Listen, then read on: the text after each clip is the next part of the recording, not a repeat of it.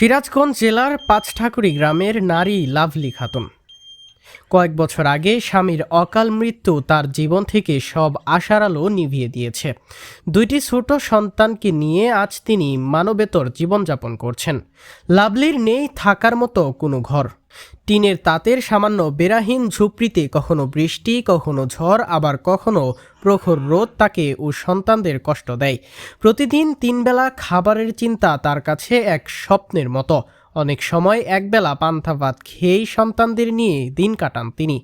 অসহায় এই নারী কোনো কাজ পান না, জমি জায়গা নেই কোনো আয়ের উৎস, আর দুঃসময়ে পাশে দাঁড়ানোর মতো কোনো নিকটাত্মীয় স্বজনও নেই।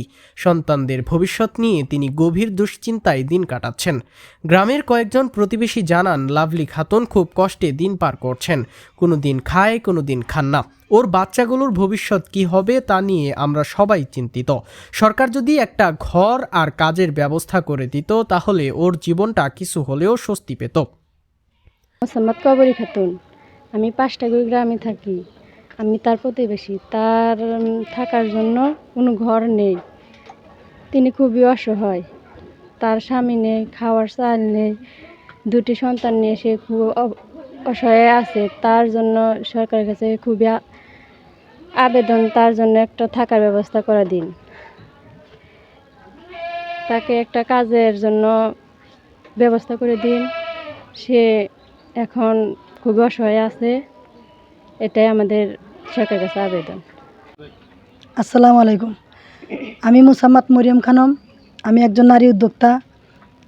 আমি এই পরিবারকে একটা প্রতিবন্ধী কাঠের সহযোগিতা করেছি। তারপর ওনার হাজব্যান্ড মারা যায়। পরবর্তীতে সরজমিনে এসে দেখতে পেলাম ওনার কিছুই নেই। 2টা স্বামী সন্তান নিয়ে অনেক কষ্টে, অনেক অসহায় অবস্থায় আছে। আমার সরকারের কাছে আবেদন, উনি যেন সরকারের কাছে সহযোগিতা পায় এবং ভালোভাবে চলতে পারে। 2টো মাসুম বাচ্চাকে যেন মানুষের মতো মানুষ করতে পারে, এই আমার সরকারের কাছে আবেদন। কান্নাজড়িত কণ্ঠে লাভলি খাতুন বলেন, আমার থাকার মতো একটা ঘর বানিয়ে দিলে, আমি দুমুঠো ভাত জোগাড় করার মতো একটা কাজ দিলে বাচ্চাদের নিয়ে বাঁচতে পারি। পাঁচঠাকুরি গ্রামের এই অসহায় মা সরকারের পাশাপাশি সমাজের বিত্তবানদের কাছে একটুখানি মানবিক সাহায্যের প্রত্যাশায় আছেন। চলুন অসহায় লাভলি খাতুনের পাশে দাঁড়াই।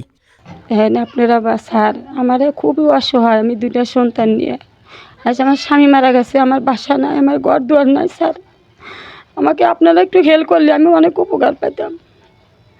আমার 2টা ছেলে নিয়ে অনেক অসহায়, আমি চলতে পারতেছি না, সকালে কিন্তু খাবার দিতে পারতেছি না। আমার সন্তান নিয়ে সবসময় আমার কান্দিতে দিন যেতেছে। স্যার, আমি বাসা চালাতে থাকতে পারি না, আমার বাসার জ্বালা নাই। আপনারা যদি একটু আমাকে এই অবস্থা করলেন, আমি আপনাদের সারা জীবন আপনাদের জন্য দোয়া করতাম। আমার মাসুম বাচ্চা নিয়ে আমি টুকি করতেছি ঘরে ঘরে। স্যার, আমাকে আপনারা একটু সাহায্য করেন। আমি চলার মতন যদি আমাকে পথঘাট আপনারা করে দেন স্যার, তাহলে আমি একটু উপকার পাইতাম। আমার সলপাল নিয়ে দিন পর দিন বান যেতেছে না। আমার সলপাল বান বসে সব ভেঙে চুরে গেছে। আমার থাকার মতো কোনো পথঘাট বাসা নাই। আপনারা একটু দোয়া করেন আমার জন্য, আমার শিশু সন্তানের জন্য, ছোট ছোট বাচ্চাগুলো নিয়ে আমি খুব অসহায় হয়ে গেছি। স্যার, আমাকে একটু ব্যবস্থা করে। জলিলুর রহমান জনির তথ্যচিত্রে চ্যানেল 21, সিরাজগঞ্জ।